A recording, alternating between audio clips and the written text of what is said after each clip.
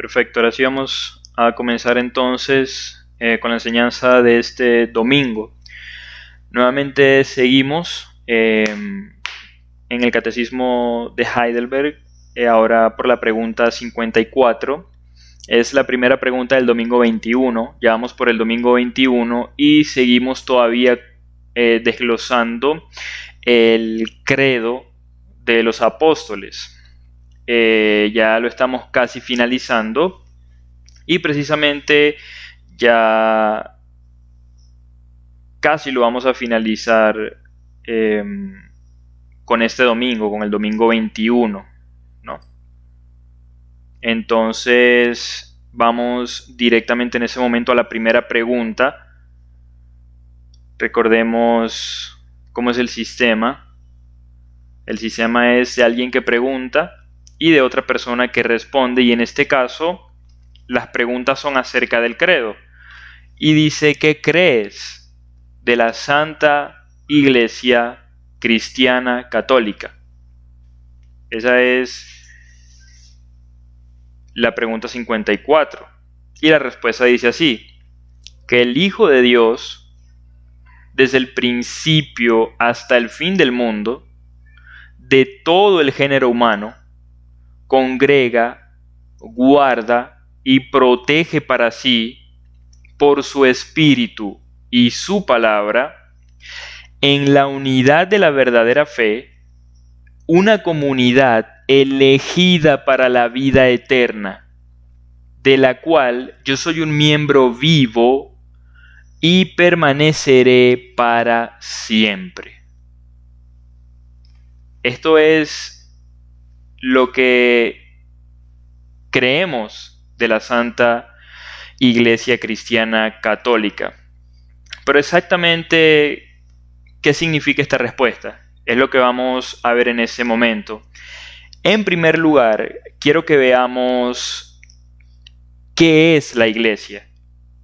¿Qué es la Iglesia? Cuando nosotros escuchamos la palabra Iglesia, lo primero que se nos viene a la mente, o lo primero que se nos puede venir a la mente, es precisamente un lugar donde las personas se reúnen. Las personas que se llaman cristianas se reúnen para adorar a Dios. Y es lo que nosotros podemos entender como iglesia. Si nos preguntaran, posiblemente eso es lo primero que va a venir a nuestras mentes, que eso es una iglesia. Y en cierta parte es cierto. Si hay un lugar donde hay una comunidad que se reúnen para adorar a Dios de acuerdo a su palabra, es decir, que son creyentes, eso es una iglesia. Pero la iglesia del Señor, la manera en como nosotros vamos a definir ahorita qué es la iglesia, no es acerca de un templo o de una comunidad de personas cristianas que se reúnen para adorar a Dios. La iglesia, como ya la misma respuesta de la pregunta nos puede indicar un poco, la iglesia es el pueblo de Dios. La iglesia es la totalidad del pueblo elegido por Dios para salvación. Esa es la iglesia. La iglesia es ese pueblo que el Señor, de entre todo el mundo, escogió para salvación. Y aquí, por supuesto, vamos a hablar también del Evangelio. El Evangelio es el tema central de la escritura y de la revelación de Dios, y es por lo cual estamos aquí, por lo cual somos salvos, y tiene que ver con todo. Entonces, digamos, ¿qué es la iglesia? La iglesia son los creyentes, son las personas que Dios ha escogido para la salvación y que Dios efectivamente ha llamado a través del Evangelio, a través de su palabra, y que les ha dado la fe para creer a su palabra, para seguirlo y para hacer su voluntad. La iglesia está conformada por todas las personas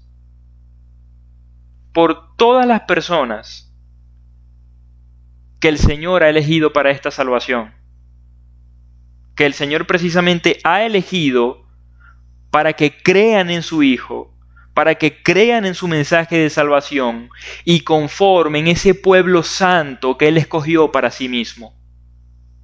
Ahora bien, hay muchas personas que se preguntan si el Señor, Él mismo escogió a su pueblo, si Él mismo escogió a los que habían de ser salvos, ¿por qué razón Él no escoge a todo el mundo?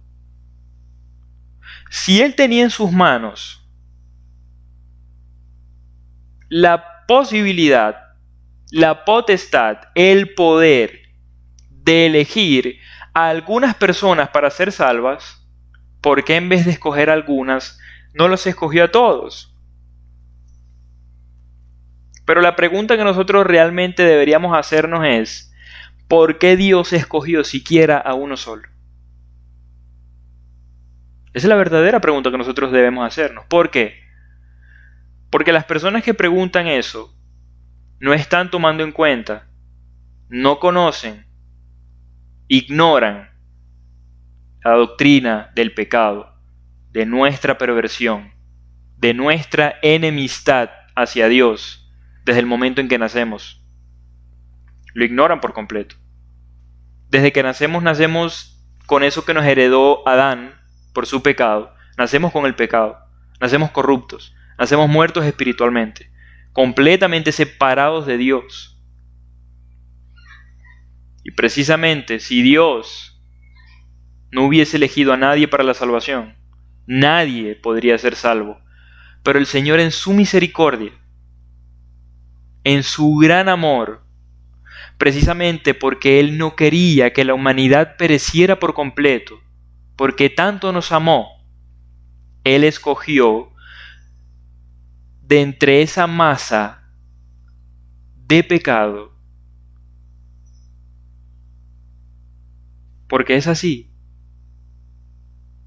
Dios escogió de entre una masa de pecado, una bola gigante de millones de personas que todas estaban corruptas, muertas en sus delitos y pecados, contaminadas y que lo odiaban aparte. Y de esa bola de pecadores, el Señor escogió.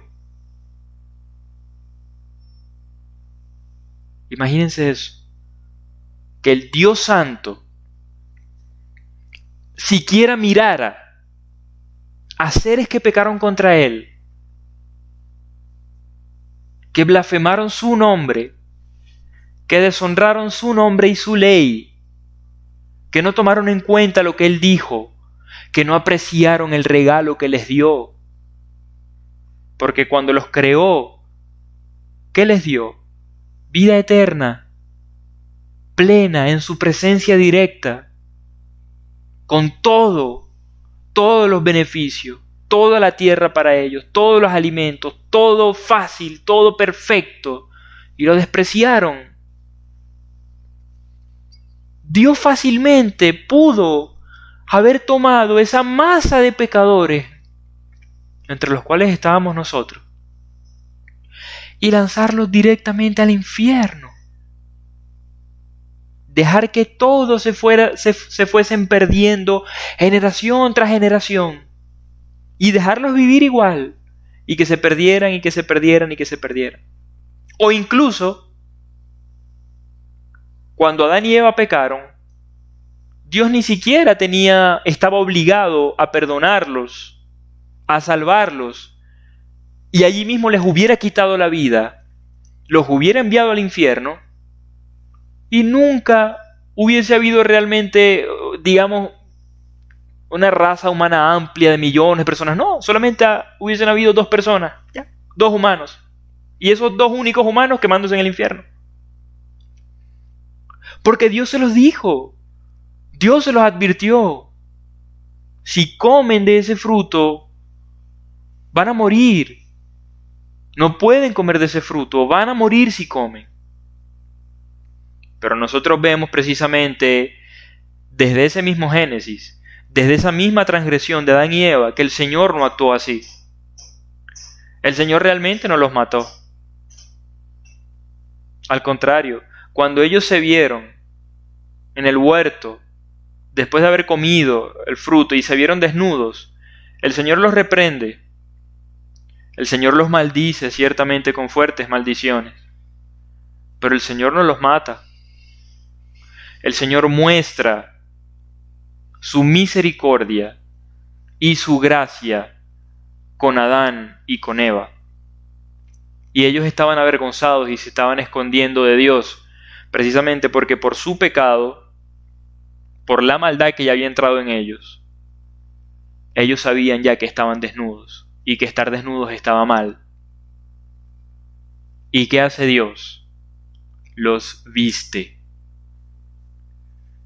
¿Y de dónde saca Dios la ropa para vestirlos? Nada más estaban Adán y Eva. No había ninguna tienda de ropa, ninguna persona que tuviera como oficio la costurería. No había nada de eso. ¿De dónde saca Dios las pieles con las cuales viste a Adán y a Eva, el primer hombre y la primera mujer?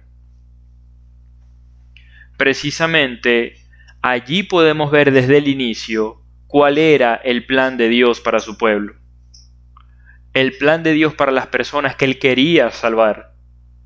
Que su Hijo fuese sacrificado para pagar los pecados que el hombre cometió y por los cuales se condenó.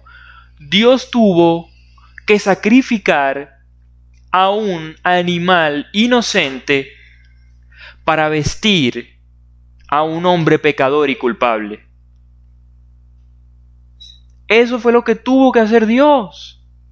Y es precisamente una muestra de lo que Cristo hizo por nosotros. Nuestro Dios Santo, el inocente, tuvo que pagar por el culpable. Y lo hizo porque nos amó. Lo hizo por todos aquellos que de entre esa masa de pecadores gigantesca, una bola gigantesca, nos escogió a cada uno de nosotros que hoy creemos en Él. Y precisamente nos llamó a través de su palabra y con el poder de su Espíritu Santo nos dio la fe y nos dio ese espíritu nuevo con el cual podemos creer en Él y ese corazón nuevo con el cual lo podemos amar y podemos odiar el pecado, así como lo vimos en la enseñanza pasada. Y quiero que entendamos muy bien esto. Siempre que se habla de misericordia hacia un pecador, tenemos que entender bien lo que eso significa. Dios no es como nosotros. Si a mí mi prójimo me hace algo y me pide disculpas, yo lo puedo disculpar. Yo no lo voy a condenar no sé, a la guillotina porque me habló mal, a una pena de muerte o qué sé yo. O voy a agarrar una pistola y lo voy a matar. Si mi prójimo me hace algo, me habló mal o qué sé yo, y él viene y me dice, bueno, discúlpame, yo lo disculpo y ya, podemos todavía estar en paz. Pero con Dios no es así. Necesitamos conocer a Dios. No podemos crecer correctamente en santidad. No podemos encaminarnos correctamente en el plan que Dios tiene para nuestras vidas si no lo conocemos y si no sabemos cómo Él obra y cuál es su carácter. No podemos, simplemente no podemos. Dios es infinitamente santo, infinitamente justo. Y el hombre pecó contra este Dios infinitamente santo, infinitamente justo. ¿Cómo puede haber misericordia? ¿Cómo puede haber bondad de parte de Dios hacia el hombre después que pecó? Simplemente no puede existir. No puede existir. No puede. No puede existir. Dios tenía que matar en el acto a Adán y a Eva en el momento que pecaron. Incluso es tan así que en el momento que Eva pecó, Si Dios de verdad los hubiese querido matar, exactamente como Él lo dijo, no hubiese tenido Eva ni siquiera chance de irle a decir a Adán, ¿quieres la manzanita? O cual sea que haya sido el fruto. No hubiera tenido oportunidad porque Dios la tenía que matar en el acto. Dios la tenía que matar en el acto. Así es la justicia de Dios. Así es la santidad de Dios. Pero si nosotros vemos una historia donde Dios no ejecuta su sentencia, su juicio, tenemos que preguntarnos por qué. Y precisamente Él allí mismo en Génesis lo dice. Allí mismo Él promete el Mesías que iba a pagar por nuestros pecados. Entonces, cuando Dios perdona a Adán y a Eva, ¿lo hace por qué? Por Cristo. Por los méritos de Cristo, por la justicia de Cristo, porque ya Dios tenía preparado que Cristo iba a pagar por ese pecado. Porque si Dios los hubiese perdonado sin ninguna base de justicia, Dios hubiera dejado de ser Dios y Dios se hubiera convertido en un ser maligno. No sería Dios. Porque los hubiese perdonado y hubiera dejado de ser santo, hubiera dejado de ser justo, hubiera dejado de ser perfecto y de ser bueno. Ya no sería un Dios bueno, porque un Dios bueno, para poder ser bueno, tiene que erradicar el mal. Si un Dios dice que es bueno, como nuestro Dios dice que es bueno, y tolera el mal, no es bueno. Entonces, ¿cómo Dios pudo perdonar desde el principio a Adán y a Eva y hoy nos puede perdonar a nosotros? ¿Cómo? Precisamente porque desde antes de la fundación del mundo nos escogió. Nos escogió para venir a Él a través de nuestro Señor Jesucristo, para venir a Él en arrepentimiento de nuestros pecados y con verdadera fe en nuestro Señor Jesucristo, por su gracia, por su amor, para ser salvos. Y no hay ninguna persona en la historia que se haya salvado ni que se salvará si no es mediante Cristo. Incluso Adán y Eva, cualquier otro creyente del Antiguo Testamento, aunque Cristo no había muerto todavía allí, el Señor los perdonaba con mira y con base en lo que Cristo iba a hacer.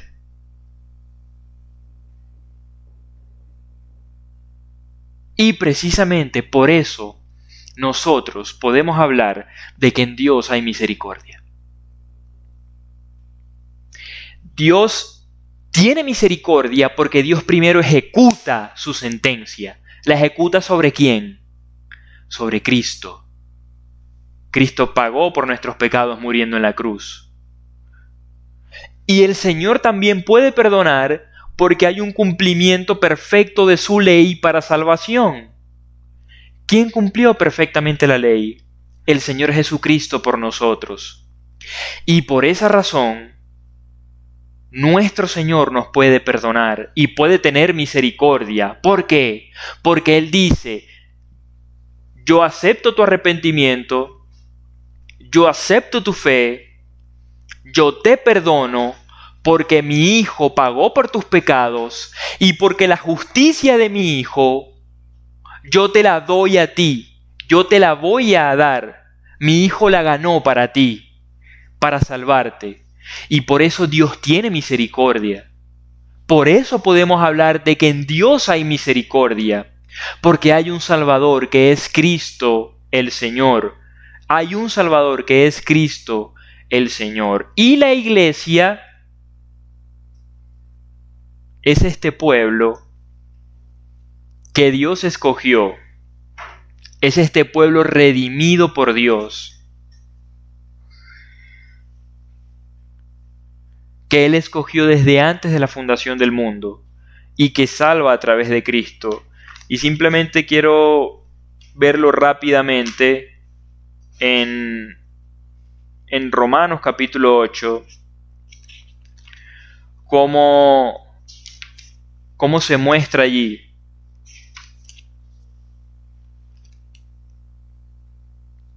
Cómo se muestra allí cómo fue el obrar de Dios, cómo fue el proceder de Dios. Dice Romanos capítulo 8, versículo 29, porque a los que antes conoció, también los predestinó para que fuesen hechos conformes a la imagen de su Hijo, para que Él sea el primogénito entre muchos hermanos. Y a los que predestinó, a estos también llamó. Y a los que llamó, a estos también justificó. Y a los que justificó, a estos también glorificó.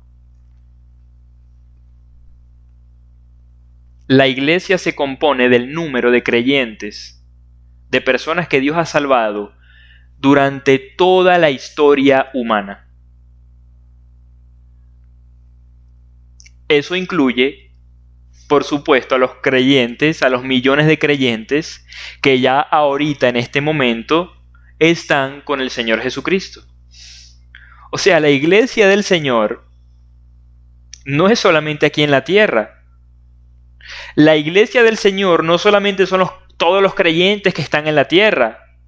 La iglesia del Señor, ¿cómo le llama la Escritura también? El cuerpo de Cristo. El cuerpo de Cristo. Y precisamente el cuerpo de Cristo es este cuerpo de creyentes, de personas salvadas por Dios a través de todas las generaciones y de toda la historia. O sea, hay iglesia que está ahorita en el cielo. Y está la iglesia que todavía está aquí en la tierra como nosotros. Y nosotros precisamente podemos hablar también de otra manera en este momento de la iglesia. O podemos hacer una distinción que también es muy válida hacerla. Necesaria, mejor dicho.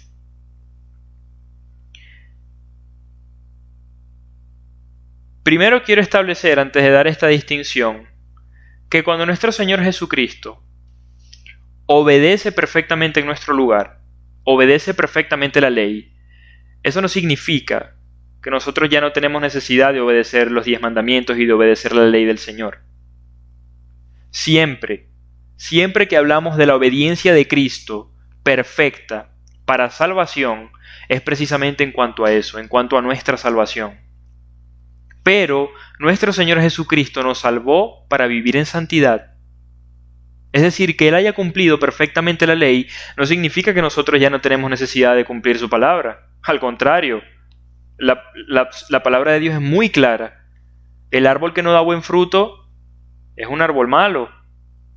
El árbol que de verdad ha sido salvado por Cristo es el que da buen fruto, es el que obedece, es el que se esfuerza en obedecer la ley del Señor. Que eso quede siempre muy, muy claro.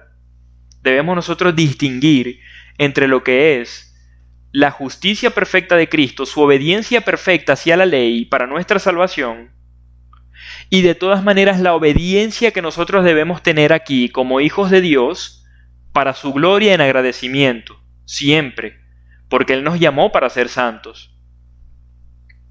Y la distinción que vamos a hacer sobre la iglesia es una distinción entre iglesia visible e iglesia invisible. ¿Qué significa esto? Precisamente si una persona viene a esta comunidad y entra, puede decir, bueno, esto es una iglesia. Esto es una iglesia, estas personas son creyentes. Allí estamos hablando de la iglesia visible. La iglesia visible es cuando yo voy a cualquier iglesia cristiana y yo veo este cuerpo de creyentes reunidos y yo digo, bueno, esto es una iglesia, estos son creyentes que se están congregando. Pero nosotros sabemos por la misma palabra que dentro de la iglesia del Señor, dentro de las personas que se congregan en las comunidades cristianas, el Señor dijo que iba a haber una mezcla de trigo y cizaña. ¿Qué significa esto? De personas que son creyentes verdaderos y de personas que no son creyentes verdaderos, personas que son malas, que fingen ser creyentes, o personas que con buena intención creen que son creyentes, pero realmente no lo son, nunca se han convertido al Señor y están engañados. Entonces, allí nosotros estaríamos hablando de la iglesia invisible. ¿Cuál es la iglesia invisible? Que si yo entro en una iglesia y en esa iglesia hay 20 personas, de esas 20 personas yo no sé exactamente cuáles son las salvas y cuáles no. Solamente Dios lo sabe. Esa es la iglesia invisible. Es el cuerpo de creyentes verdaderos que solamente Dios sabe quiénes son. Es la iglesia invisible. Nosotros no lo podemos ver, solo Dios lo sabe. Y la iglesia visible somos nosotros aquí. Todos los que estamos somos la iglesia visible de Cristo, los que estamos congregados. Esta iglesia, por supuesto, este cuerpo de creyentes, fue constituido por Cristo mismo. Nuestro Señor mismo eligió, ya lo acabamos de leer en Romanos, a todas las personas de entre ese grupo gigantesco de millones y millones de pecadores a través de la historia. Él escogió a quienes Él quería salvar. Y lo hizo por amor. Él no tenía necesidad. Él no estaba obligado a hacerlo. Ay, no, qué mal. Ya el hombre pecó, ahora me siento obligado a tener que salvarlos. No, como ya lo establecimos, Él simplemente los pudo haber condenado y listo, ya se acaba todo. Pero Él precisamente porque nos amó y quería salvarnos, Él mismo nos escogió. O sea que la iglesia es de Cristo, es fundada por Cristo, constituida por Cristo. Y este cuerpo de creyentes, Cristo los gobierna ¿cómo? Precisamente a través de las iglesias locales. Ya establecimos que Cristo es nuestro Rey en otras enseñanzas. Y también que Él es nuestra cabeza. Él es la cabeza de su cuerpo, que es la iglesia. Y Él guía, y rige, y gobierna, y protege, y guarda, y congrega a su pueblo. ¿Cómo? A través de las iglesias locales. Precisamente Él estableció un orden. Él dijo, van a haber obispos, un obispo gobernante, un obispo docente que enseñe la palabra, van a haber diáconos. Ellos van a tener la autoridad dada por Dios de gobernar la iglesia en nombre de Cristo y en nombre de su palabra y a través de su palabra. Y precisamente la iglesia con gozo y con amor se va a someter a la autoridad de los obispos. ¿Por qué? Porque ellos saben que se están sometiendo primeramente a la voluntad de Cristo, primeramente al señorío de Cristo, y la manera en que demuestran que están sujetos a Cristo es sujetándose a sus pastores. Y la manera en que un obispo demuestra que es un verdadero obispo de Cristo, que está sujeto a Cristo, es gobernando bien a la iglesia de acuerdo a su palabra. Y precisamente el Señor, cuando elige a este grupo de personas, de millones de personas que van a ser salvas, Él las elige ¿para qué? ¿Qué leímos en Romanos? Él las escoge, las llama, las justifica y las glorifica. O sea, el Señor elige a estas personas no para que posiblemente puede ser que se salven. Ay, ojalá se salve. Ojalá estas millones de personas que escogí, ojalá algunas se salven. No. Congrega, guarda y protege para sí. El Señor elige a estas personas, nos escoge así como nos escogió a nosotros, para asegurar primero su salvación, en primer lugar, su salvación eterna, y en segundo lugar, para protegernos y guardarnos en este mundo de tal manera que nosotros hagamos la voluntad de Dios cada día de nuestras vidas desde que nosotros creímos en el Señor. Él lo asegura, es su promesa, es su promesa.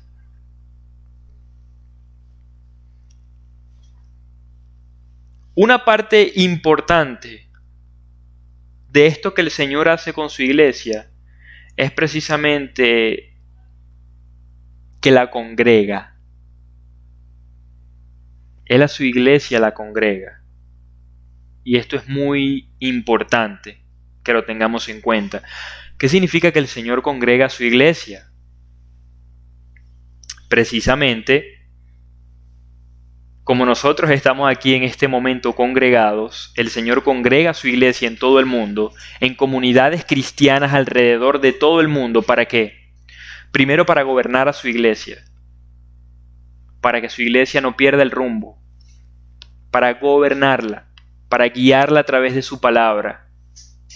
En segundo lugar, para que la iglesia lo adore y lo adore conforme a su palabra, para que la iglesia pueda cumplir el cuarto mandamiento, que es precisamente dedicar un día al Señor, a adorarlo, a reverenciarlo de una manera especial como lo estamos haciendo en este momento. Y el Señor congrega a su iglesia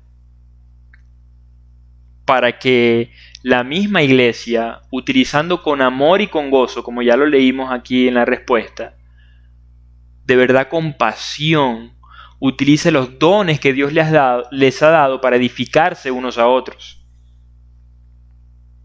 ¿Por qué? Porque nosotros tenemos la esperanza de ver a nuestro Señor Jesucristo.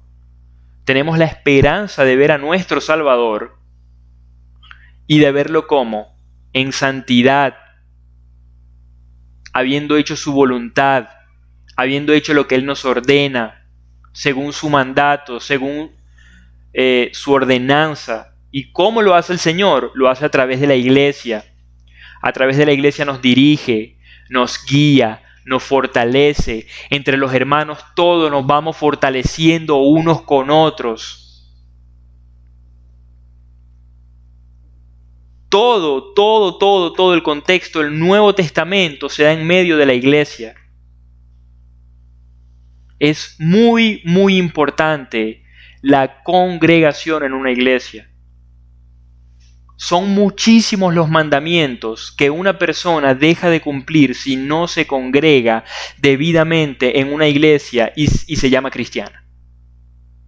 Si una persona se llama cristiana y dice que creyó en Cristo y que se bautizó y no se congrega en una iglesia, esa persona está quebrantando muchísimos mandamientos. Y si de verdad esa persona por testaruda dice que no se va a congregar en una iglesia y de verdad toma la decisión de no congregarse en una iglesia, nosotros ni siquiera debemos pensar que sea un cristiano de verdad.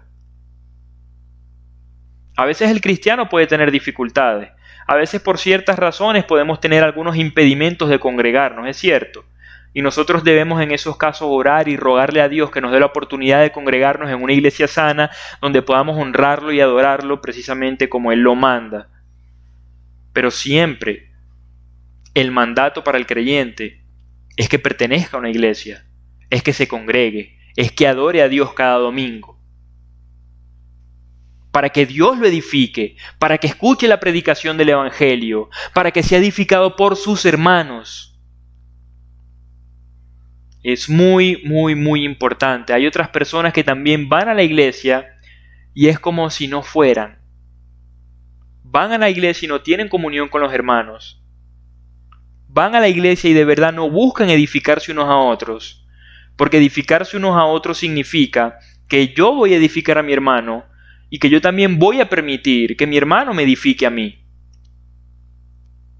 Y no que lo voy a hacer por simplemente, qué fastidio, no. No, tengo que hacer esto. Me acordé que Cristo me manda esto, pero no. El Señor dijo que nos iban a conocer, que iban a conocer a su pueblo. ¿Por qué? Porque nos amamos unos a otros. El amor nos iba a diferenciar. Yo con amor tengo que buscar, no que suceda por el azar. No, qué bueno, me tocó ahorita edificarlo, decirle algo de la palabra, ayudarlo, aconsejarlo, no. Yo tengo que buscar qué necesita mi hermano y cómo lo puedo edificar, porque Cristo me lo manda. Y yo también tengo que estar siempre con amor, dispuesto a recibir la edificación que mi hermano traiga para mí. O sea, la relación de la iglesia no es simplemente del miembro hacia el pastor y del pastor hacia el miembro. No. La iglesia es una relación en la que todos nos edificamos. El pastor, cuando predica y dirige el culto, edifica la iglesia. La iglesia también, con su comportamiento recto y con su buen ejemplo y con su carácter piadoso, edifica al pastor. Y todos nos edificamos a todos. Y a todos nos está edificando el Señor a través de su palabra. Y a todos el Señor nos está gobernando. Y a todos el Señor nos está guardando y a todos nos está bendiciendo. Esto es lo que significa realmente pertenecer a una iglesia. Ser miembro de una iglesia. Porque eso es otro error que las personas cometen. Van a una iglesia pero dicen, no, yo no tengo ninguna responsabilidad, yo solo vengo, adoro a Dios y yo no tengo ninguna responsabilidad con la iglesia, yo no ofrendo, yo no me mezclo mucho con los hermanos, yo vengo y ya. O sea, yo no quiero ser un miembro oficial, solo quiero ser como un visitante. No, eso no es lo que dice la Escritura. Ya nosotros habíamos tocado también Primera de Corintios capítulo 12, donde nosotros vimos acerca de los dones espirituales. ¿Y qué vimos nosotros? Que cada creyente tiene la responsabilidad de utilizar los dones que el Espíritu Santo le ha dado para edificar a su hermano. Y para poder hacer eso de una manera constante, yo tengo que buscar ser, no solamente congregarme y asistir a la iglesia ya, sino ser un miembro de la iglesia. Comprometerme con una iglesia, servir en esa iglesia, porque estamos hablando del reino de Cristo y cómo Cristo gobierna a su pueblo y expande y maneja su reino, lo hace a través de la iglesia. O sea, es algo grande lo que el Señor hace en cada uno de sus hijos dentro de la iglesia y lo que está haciendo todo el tiempo con sus hijos dentro de la iglesia. Es algo grande. Algo muy, muy, muy grande. ¿Cómo el Señor congrega a su iglesia? El Señor congrega a su iglesia precisamente a través de la unidad de la verdadera fe. Nosotros estamos aquí congregados porque estamos unidos en la verdadera fe, en la verdadera fe de nuestro Señor Jesucristo, del Evangelio verdadero y de su palabra. Eso es lo que nos une. En este momento nos une como iglesia la verdadera fe. Nos une la palabra de Dios. ¿Y qué otra cosa nos une como iglesia? El Espíritu Santo de Dios, que nosotros estábamos viendo también en la enseñanza anterior. El Espíritu Santo de Dios, que está en cada uno de los creyentes, nos une. Precisamente por eso somos el cuerpo de Cristo. Por eso la iglesia es tan importante. Entonces el Señor nos une a través de la unidad de la verdadera fe, a través de la unidad de su palabra y a través de la unidad de su Espíritu, de manera que nosotros como iglesia y como creyentes estamos conectados con los creyentes de todos los tiempos, con los creyentes de todas las edades. Incluso estamos conectados con Abraham, con Isaac, con Jacob, con el rey David. Y David amaba, si nosotros leemos los salmos, David amaba la casa del Señor. Anhelaba la casa del Señor. Deseaba adorar a Dios en su templo, en su casa. La importancia de la iglesia es tal que una persona, como ya habíamos dicho, que no quiere, que se rehúsa a pertenecer a la iglesia, es como si se rehusara a pertenecer al cuerpo de Cristo. Y quien no pertenece al cuerpo de Cristo no tiene a Cristo. No tiene a Cristo. Así de simple. Y esta comunidad, que precisamente es el cuerpo de Cristo, está conformada por miembros que están vivos. Yo soy un miembro vivo de este cuerpo, yo soy un miembro vivo de esta comunidad, y como miembro vivo, ¿qué hago? ¿Qué pasa si mi mano está muerta? ¿Qué pasa si no sirve? Si mi mano está muerta, no puede servirme a mí en las cosas básicas de la vida. No edifica, no hace nada. Si mi ojo está ciego, tampoco puede hacer su labor para ver realmente lo que tiene que hacer. Precisamente eso es lo que hace un creyente que se dice creyente y va a la iglesia y no quiere edificar. Es como un miembro muerto, pero la palabra dice que somos miembros vivos. Somos miembros vivos. Y como miembro vivo, edificamos, servimos, honramos a Dios, buscamos edificar al prójimo, aceptamos la edificación que el prójimo nos da, porque somos miembros vivos y para siempre permaneceremos en este cuerpo de Cristo. Para siempre permaneceremos en esta iglesia, en este cuerpo de creyentes que Cristo escogió para salvación. ¿Por qué? Porque somos de Cristo cuando vinimos a Él en arrepentimiento y fe, porque estamos en Cristo, porque tenemos su Espíritu Santo y eso nos asegura que vamos a estar con Cristo para siempre, por lo cual yo siempre voy a tener la seguridad de que pertenezco al cuerpo de Cristo. Voy a tener la seguridad de que pertenezco al pueblo que el Señor quiso salvar desde antes de la fundación del mundo.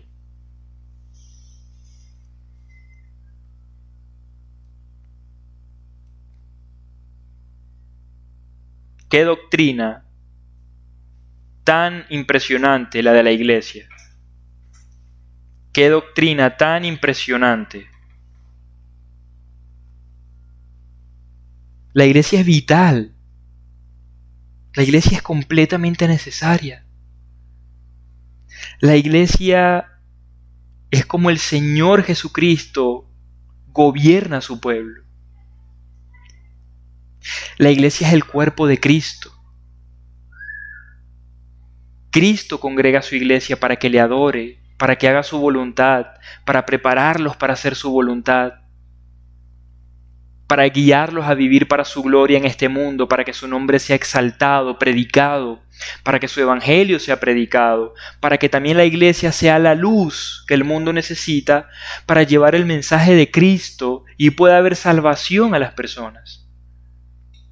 La iglesia es sumamente importante, indispensable, necesaria, esencial. ¿Cómo podemos cumplir el cuarto mandamiento? ¿Cómo podemos dar cumplimiento al uso correcto de los dones espirituales que Dios nos da?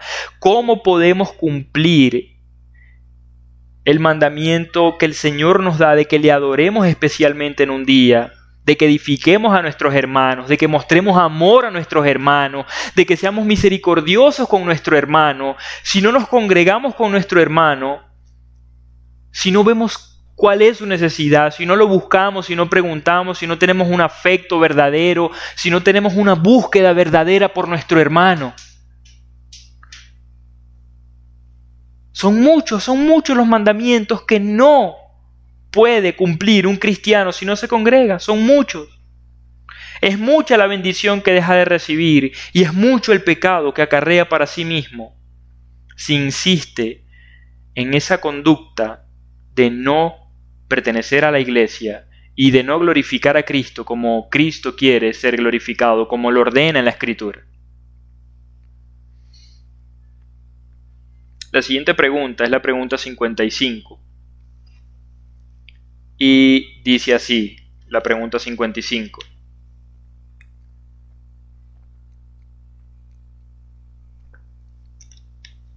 Dice: ¿qué entiendes por la comunión de los santos?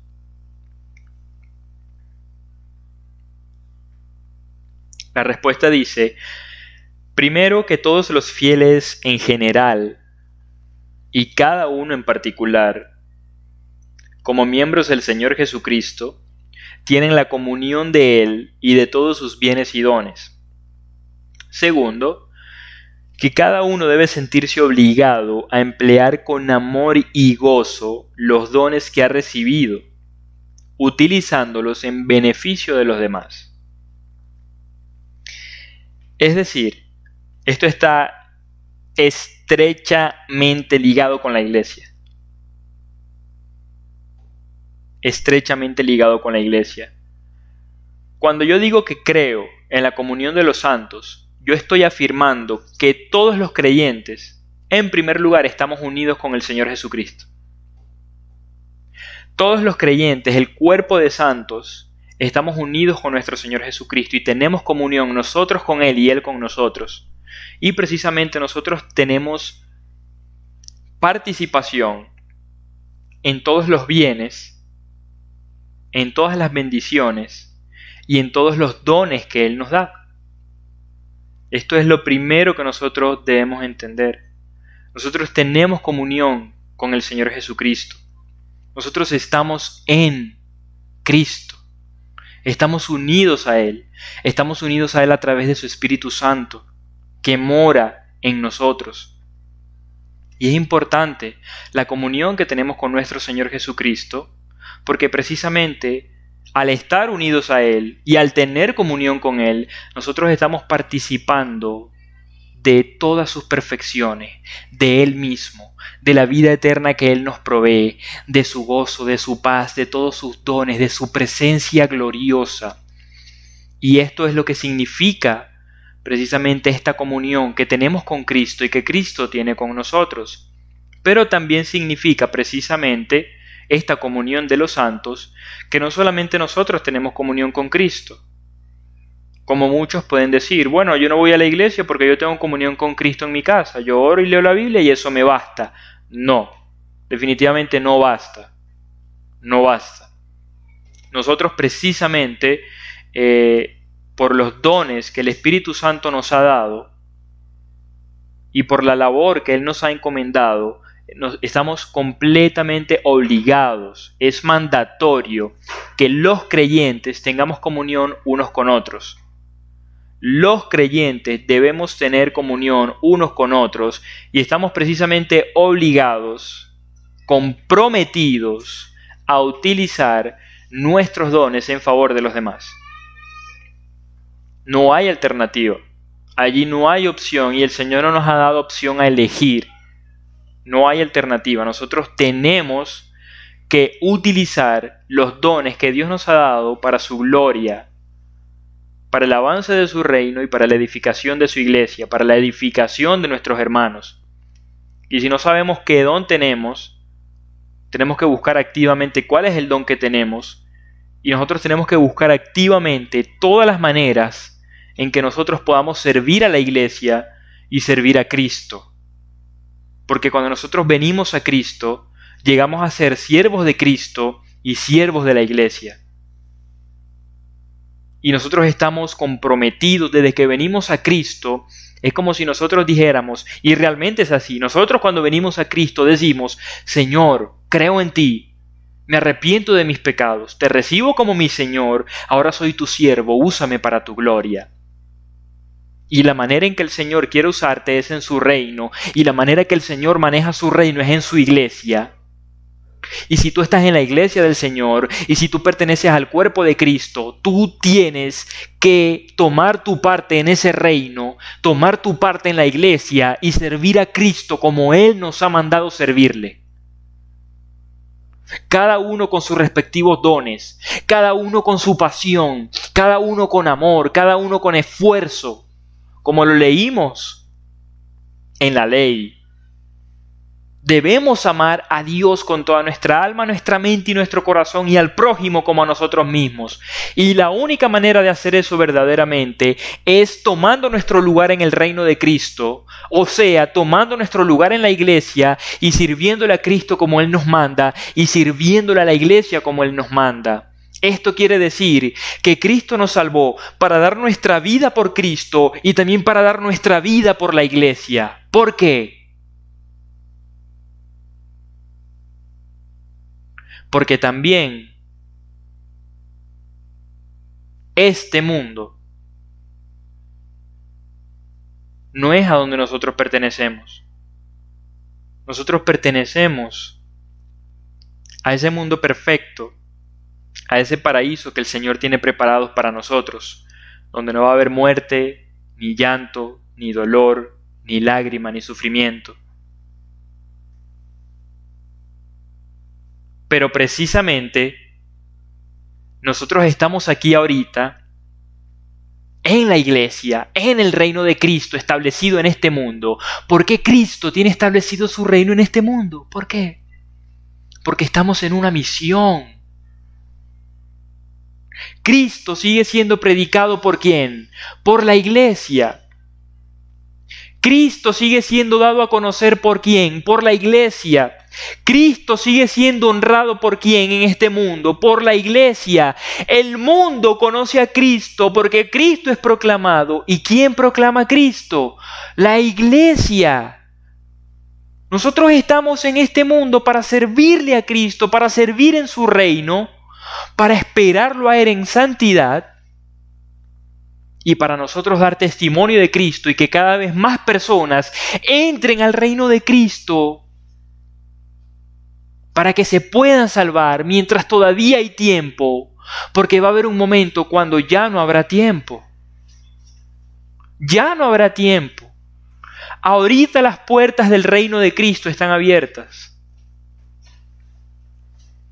Es decir, las puertas de la iglesia están abiertas y cualquiera que se arrepienta de sus pecados y cualquiera que crea en Cristo y lo reciba como Señor y Salvador va a entrar en el reino de Cristo.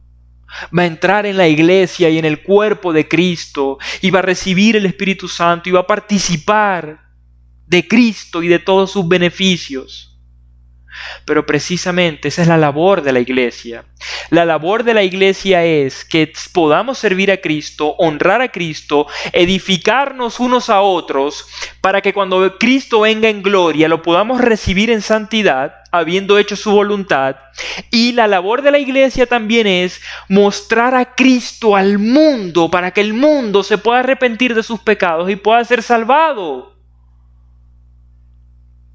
Y eso es nuestra responsabilidad como creyentes.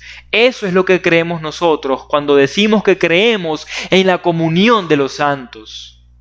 Eso precisamente.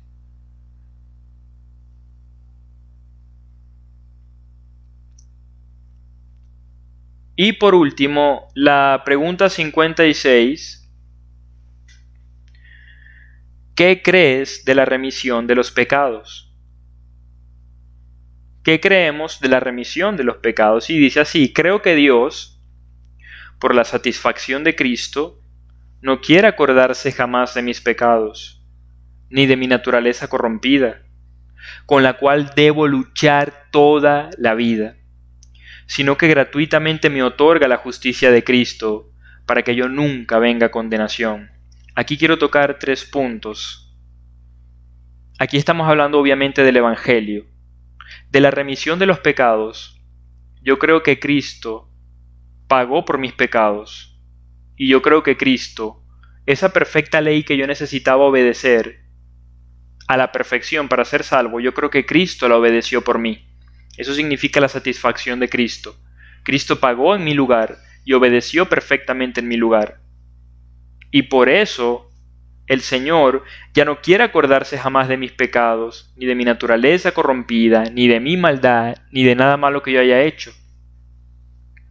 Pero precisamente esta justicia de Cristo que Él ganó para nosotros y esta obediencia de Cristo no significa que ya nosotros somos perfectos y no significa que ya no tenemos que obedecer. Al contrario, a pesar de que tenemos un nuevo corazón por haber creído en Cristo, a pesar de que tenemos un espíritu nuevo que el Señor puso en nosotros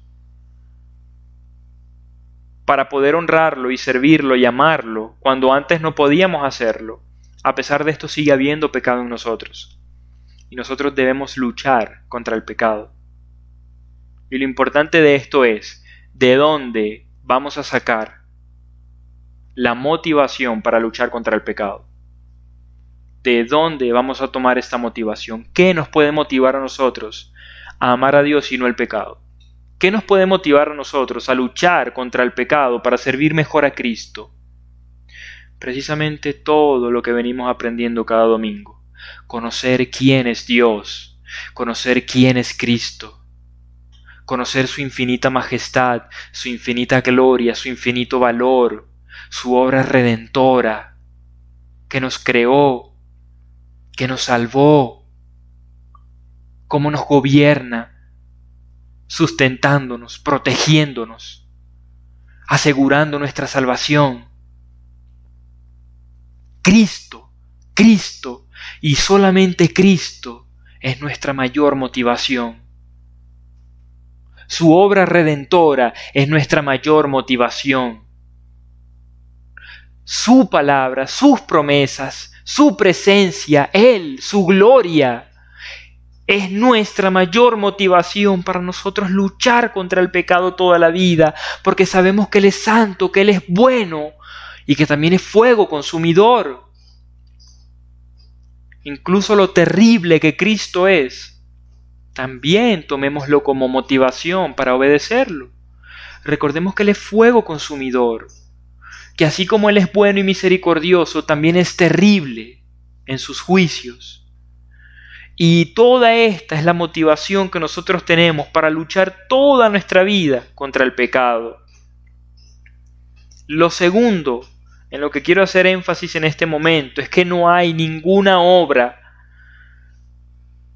que nosotros podamos hacer para ser salvos. Cuidémonos, cuidemos nuestros corazones y mantengamos renovando nuestra mente y nuestro corazón en la palabra y en la oración diariamente, porque Satanás, una de las cosas y de las tentaciones que más lanza a los creyentes como dardos de fuego, es querer convencerte de que realmente tu salvación la tienes por ti, por algún mérito tuyo, por algo que tú hiciste, porque te estás portando bien, porque vas a la iglesia, porque oras, porque lees la Biblia.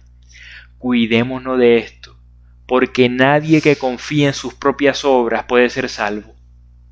Solamente por la obra perfecta de Cristo, que cumplió perfectamente la ley, podemos ser salvos, y por eso cada día luchamos para ser más santos y parecernos cada vez más a Él. No hay ninguna obra, nada que nos pueda salvar, excepto Cristo nuestro Señor. Y simplemente quiero leer un poco acerca de esto rápidamente en Efesios capítulo 2.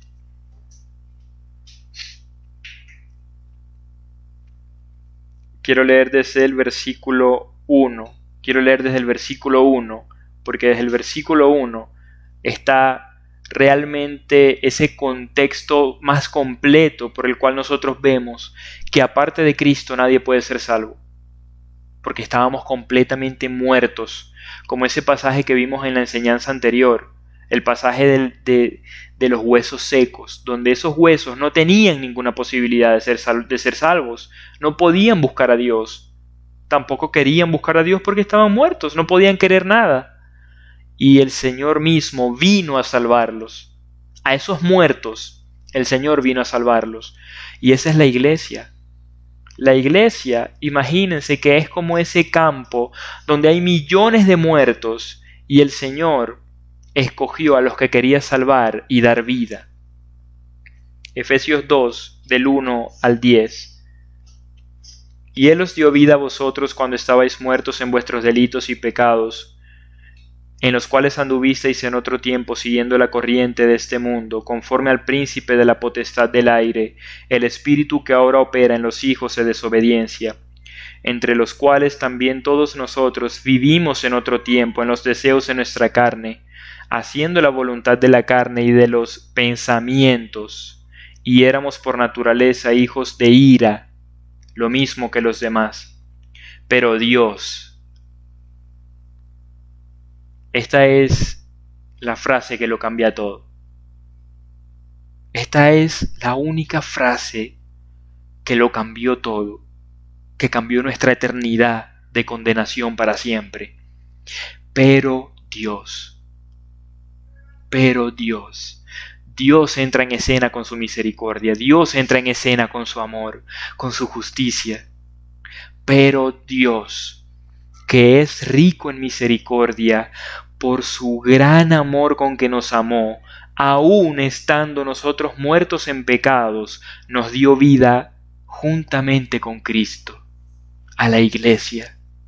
Por gracia sois salvos. Y juntamente con Él nos resucitó, y asimismo nos hizo sentar en los lugares celestiales con Cristo Jesús, para mostrar en los siglos venideros las abundantes riquezas de su gracia en su bondad para con nosotros en Cristo Jesús. Porque por gracia sois salvos por medio de la fe, y esto no de vosotros, pues es don de Dios, no por obras para que nadie se gloríe, porque somos hechura suya, creados en Cristo Jesús para buenas obras, las cuales Dios preparó de antemano para que anduviésemos en ellas. Amén. No hay ninguna obra que nos pueda salvar. Cristo lo hizo todo por nosotros cuando nosotros estábamos muertos en delitos y pecados, y nos salvó para glorificarlo, para vivir en santidad, para conocerlo y ser transformados a su imagen, y para que nunca, nunca, jamás vengamos de nuevo a condenación. Eso es lo tercero que quiero enfatizar para finalizar. Para el creyente no existe la condenación. Cristo ha pagado por todos y cada uno de nuestros pecados. Cristo cumplió perfectamente la ley por nosotros. De manera que todos hasta el último pecado que vamos a cometer, en el lecho de nuestra muerte, Cristo por ese pecado pagó. Él aseguró nuestra salvación. Y esto es otra cosa que debe motivarnos a dar nuestra vida por Cristo y por la Iglesia. Tenemos vida eterna, la eternidad asegurada y la posibilidad de parte de Dios de predicar el Evangelio a nuestros familiares, a nuestros amigos, a nuestros vecinos, y de que ellos también se puedan salvar, y de que ellos también puedan recibir a Cristo, y de que Cristo los pueda introducir en su reino y en su iglesia. No tenemos ninguna condenación. La condenación Cristo la padeció en la cruz, así como cantamos en la alabanza. Gracias, Señor, por tomar mi lugar allí en la cruz. Nuestra condenación fue cargada por Cristo en la cruz. No tengamos temor. No existe la condenación para nosotros. Y tomemos esto como una gigantesca motivación y alegría y gozo para vivir para la gloria del Señor, para Cristo y para la Iglesia.